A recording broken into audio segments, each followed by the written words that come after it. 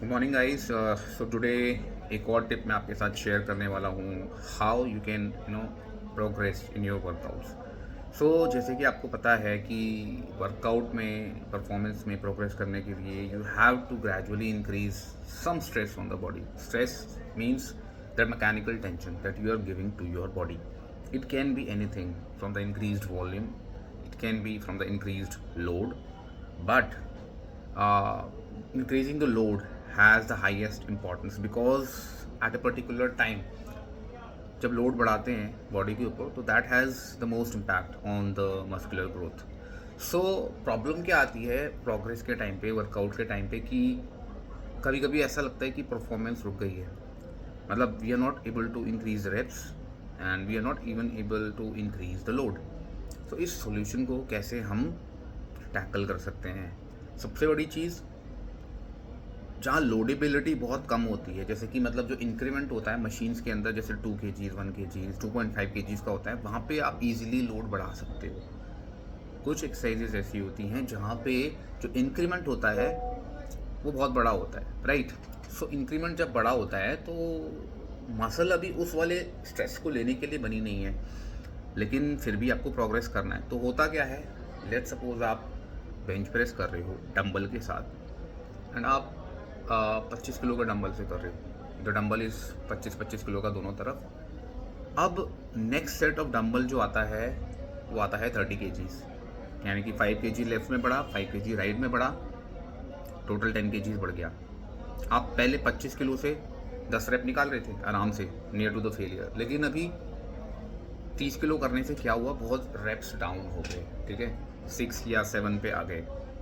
वैसे ये करना बिल्कुल ठीक है, बट अल्टीमेटली आपका जो वर्किंग वॉल्यूम है वो थोड़ा सा कम हो जाता है, जिसकी वजह से थोड़े बहुत अडेप्टेशन थे जो आने चाहिए थे उस हिसाब से नहीं आएंगे.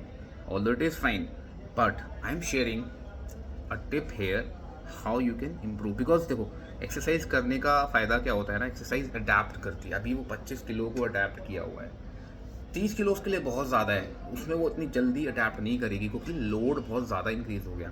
अब आप क्या कर सकते हो, इस तरह के ना हैंड कप्स आते हैं, ठीक है, दीज वेटेड स्लीव्स, ये आधा किलो का है, ये 1 किलो का भी आता है, और इसमें ये निकल जाते हैं, ठीक है, इनका कुछ वेट होता है, ये निकल जाता है. तो आप क्या करिए, ऐसे स्लीव्स खरीदिए और ऐसे करके अपने हैंड पे पहन लीजिए. तो इससे क्या हुआ, आप 1 किलो वज़न बढ़ा सकते हो अपने हाथ में, आधा किलो बढ़ा सकते हो, 2 किलो तक बढ़ा सकते हो. ये स्लीव्स 2 kgs तक आराम से आप वियर कर सकते हो. एंड वो 2 kgs भी आपको एक साथ नहीं बढ़ाना, पहले ½ kg डालिए, फिर ये प्लेट्स कम ज़्यादा करके उसको आप आधा किलो से लेके 2 किलो तक बना सकते हो. अब 25 किलो का डंबल आप उठा रहे थे, 10 रेप आ रहे थे, 30 किलो पे 6 रेप आ रहे हैं. अब आप इसको लगाइए, 1 किलो लगाइए, सिर्फ 1 किलो लेफ्ट हैंड में लगाइए. अब क्या होगा, आप 10 रेप मार रहे थे, अब 26 किलो का डंबल हो गया, शायद अभी भी 10 रेप आएंगे. तो बॉडी अब 26 किलो को अडेप्ट करेगी, ठीक है. उसके बाद क्या करिए, इसमें 1 किलो वजन और बढ़ा दीजिए, मेक इट 27, दूसरे हाथ में भी, फिर बॉडी 27 को अडेप्ट करेगी, 27 पे भी आपके 10 या 9 रेप्स आएंगे. तो ऐसे करके जब बॉडी अडेप्ट करती जाएगी पर्टिकुलर वेट्स को, आप 30 kgs पे भी एक टाइम पे 9 या 10 रेप मार पाएंगे. तो ये सिर्फ बेंच प्रेस के लिए नहीं, ये सारी ही एक्सरसाइज में, आप बाइसेप्स कर्ल में, ट्राइसेप्स पुश डाउन में, सारी ही एक्सरसाइज में लगा सकते हैं जहाँ पे लोडेबिलिटी बहुत ग्रेजुअल इंक्रीज नहीं होती.